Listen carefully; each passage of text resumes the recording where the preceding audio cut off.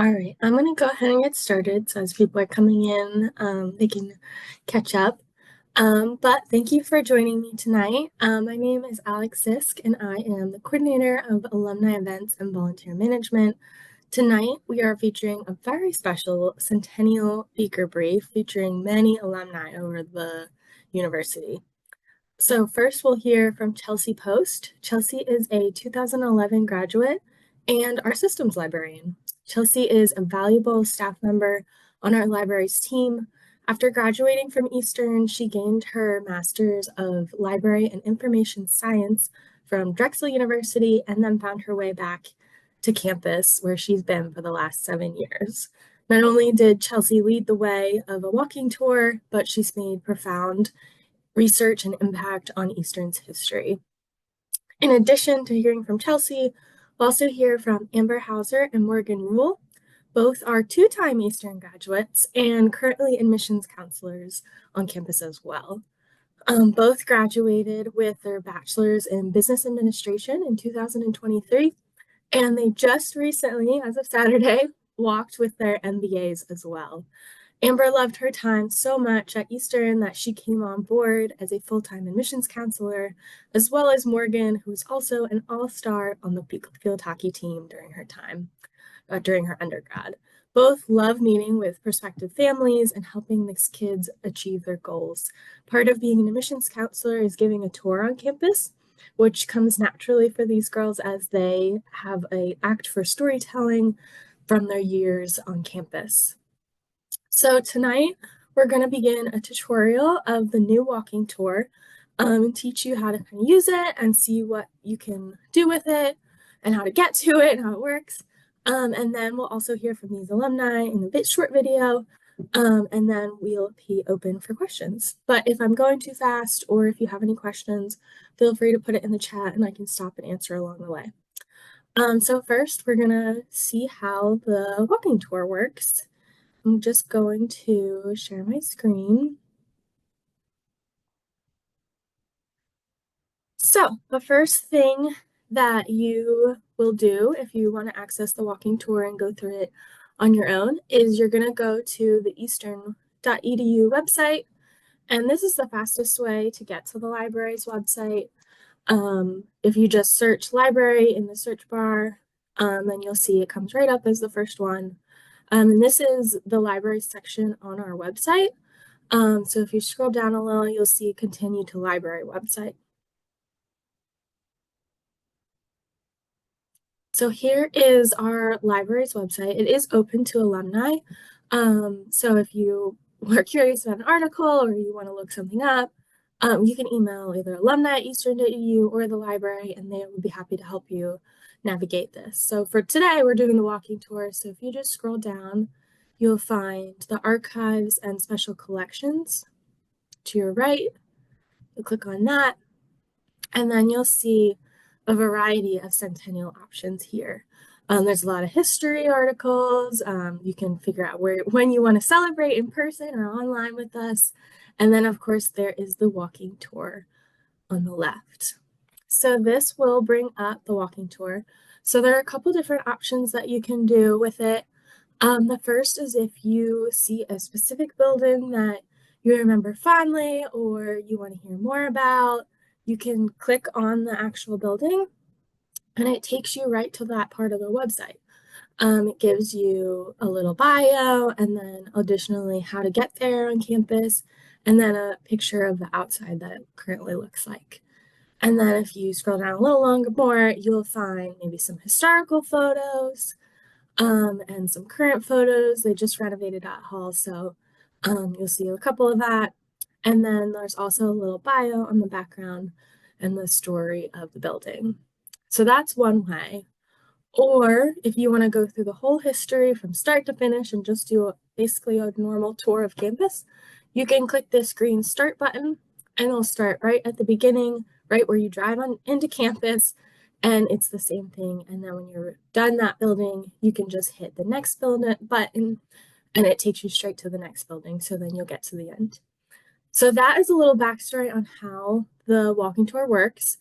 So now we're going to hear a video that goes in a little bit more in depth. We go into the archives and see some artifacts from past buildings, and then we'll jump ahead and see the newer things that are on campus as well.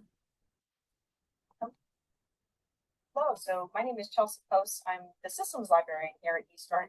I'm also an Eastern graduated in 2000. And we are here right now in the university archives. I want to talk a little bit about the walking tour that we did for the centennial. Although I will admit we've been wanting to do something like this even before the centennial started. In the library, we're very keen on preserving the history of the university. And so we thought that doing this online walking tour that people could follow along with their phones or on their desktops and learn a little bit more about the history of the campus is something that we really wanted to do and introduce everyone to the rich history that the university has over the years, especially on this campus being as beautiful as it really truly is. And so we did the Centennial Tour and we have lots of pictures in that tour. However, we want to show you a little bit of more background information of some of the buildings that we have in the tour. And so now we're going to take a look at some of the archives that you can, and artifacts that you can see if you were to come to the archives yourself. Okay, so first we're going to talk a little bit about Walton Hall. Walton Hall, as we know, is the main central hub of the campus. It's where the dining hall is currently, and other various offices such as the Office of Faith and Practice, admissions, and other locations like that. At the time, though, when we purchased the property in 1952, this particular building was once known as Walmarthen. It was the estate and home of Charles Walton Sr. and his wife, Martha Walton, hence Walmarthen, a combination of Walton and her name, Martha. And it was built as a Spanish missionary style, very popular in California, where they actually had a summer home. And it was built between the years of 1911 and 1916. And we have some lovely shots here, first of an aerial of the campus, which includes the estate, the entryway, circular entryway. Over in the bottom right, you see the path leading down to the pergolas, which overlook the swimming pool at the time, now Willow Lake. Over to the right, you have another shot of the back entrance of Walton. The front entrance is where guests would come, but this would be more of an entrance that Charles and Martha herself would use along with their children and their family. And then down below, we have a nice shot of Walmarthen itself. And then going down here, we have some interior shots. These would be circa 1950s when Eastern College at the time had purchased the property. We have some students in a student lounge. At the time, it is now a classroom setting. And then below that, we have some shots during a chapel service during the 1960s. They used to have chapel in this particular area that is now the dining hall. And then over here to the right, we have a book that is actually covering the sale of the property and the auction of some of the furniture and furnishings that were within. This would be from 1932 when Martha, a widow at the time, had sold the property. And just before her death, we have some items here from the main hall. And then we have a shot here of the main hall itself, which is now more commonly known as the lobby leading into the dining hall. And so now we're going to move over to the water wheel, which is a pretty iconic location on Eastern's campus. This was built in 1912 alongside the rest of the Walmarthen property. Again, kind of sporting the Spanish missionary style that the rest of the estate is known for. Over here, we have a lovely artist rendition of the water wheel. This is actually dated from the time of when we purchased the property. So this would be circa 70s, 80s, when we were Eastern College and not Eastern Baptist College. Moving up, we have some pictures of some students sitting by the water wheel studying. This was a common occurrence during the 60s, 70s, and 80s. You would often see students sitting there during all seasons and taking advantage of the quiet spot on campus. And then above that, we have a sign from a picture from when we did the 100th year anniversary of the water wheel, and we restored the shingles on the roof and the wood of the wheel itself. So this would be in 2012. We had sent these postcards out to donors and visitors, asking them to come and celebrate the 100th birthday of the water wheel. And then over here to the right, we have a very large collage. This was in 1972. We had actually done a previous restoration of the wooden wheel of the water wheel itself. And I should mention that this is the longest running, actually running free water wheel in Pennsylvania. So we have that distinction as far as a historical aspect of concern. And who knows, we may be doing another restoration of the water wheel at some point, but for now it is running smoothly. All right, and finally we're going to talk about the infamous log cabin, which was built in 1912, again, part of the Wilmartha estate.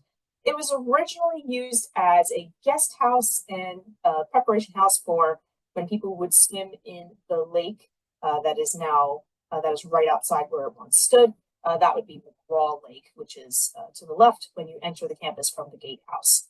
And we have pieces of the log cabin here. It was torn down in December of 2009 due to the inability to maintain the property. It had fallen into disrepair in the 1980s and was closed down due to the inability of bug use and wood deterioration and things like that. There were several attempts to revive the log cabin, try to bring it back, try to restore it, but just never really came into fruition, so it was torn down in 2009. Above that, we have a picture of when it was in use. These are students from the 60s using it as a music annex. There was music classes and various musical groups would perform in the log cabin. They would practice. You would often hear them across the lake, either singing, playing instruments, and things like that. And then over to the left here, we have a snapshot of the article when the Waltonian, the Eastern University newspaper, reported on when it was torn down, including a timeline of when the log cabin was built, some of the activities that it was used for, when it was closed down, and when it was officially torn down. And then down here, we actually have some assorted pictures of the log cabin throughout the years. These are from 1915, when it was still being used by the Waltons themselves. Then we jump to the 50s. After we had purchased the property, we have some pictures of when it was being used as a student activity center. People would play ping pong, they would do dances and parties, they would have a snack bar, things like that. They would even have a barber shop, as you can see from this picture of 1954. Bob the Barber, as he was affectionately known, would cut students' hair while in the log cabin. As you can see throughout the years, we had the students grill, again, more pictures of Bob doing his thing. And when you start getting into the 60s, that's when it started being used as the music annex for the different bands and ensembles on campus. So in 64, this is a snapshot from the yearbook showing the string, brass, and college band practicing and preparing for their performances in the log cabin itself. And all the different ensembles throughout the years. It was also often used as a picture where people would just take their shots for the yearbook. People would pose and get their pictures taken outside the log cabin. It was well known as a very nice, picturesque part of the campus during the years. It was also the staging point for graduation, as you can see the choir preparing to lead the procession for graduation during commencement ceremonies. We like the folk band best. I think that's it. Hi, my name is Amber Hauser. I'm an alumni here at Eastern. I'm currently an admissions counselor. We are standing in front of what was formerly known as Workman Hall, but has now been renovated and renamed to Templeton Hall this past year. The building has been named in honor of generous of the late doctors John and Josephine Templeton, which is now the new home of our Templeton Honors College. The expansion includes a lecture and recital space for various art performances, along with classroom spaces for lectures and guest speakers that will be open to the public. Hi, I'm Morgan Roll. I'm an alum and an admissions counselor here at Eastern. Over the years, many dorms have been built on campus, and this is our newest dorm, Eagle Hall. This is an upperclassmen dorm that holds our security space and classroom space. Each dorm comes with a twin bed, a wardrobe, and a desk for students. Originally referred to as ELC, Centennial Hall is one of the first buildings visitors see when coming onto campus. This building is home to admissions, the marketing department, classrooms, and faculty. This is a newly renovated meeting space that opened this past summer, and we have loved meeting with prospective students and families here. A fun fact about Centennial Hall is that it was equipped with solar panels, which are estimated to generate between 10 to 20% of the energy used by the building. And finally, we're at our last renovation here on campus, the baseball field. This is one of our newest renovations. Sports is a huge part of Eastern in our history. This field is going to withhold synthetic turf. It's also going to have a new dugout, a bullpen, padding, some batting cages, a sound system, and a video already up. In 2024, the Eagles won 8 out of their 9 games to post their first 20-win season since 2012. Okay, so that is our little tour of campus. You got to see some of the history that we had throughout the years of before we even were on campus, as well as where we're going with the baseball field, Templeton Hall, the new dorms. We have ways to go for the next 100 years. So thank you so much for coming. Does anybody have any questions?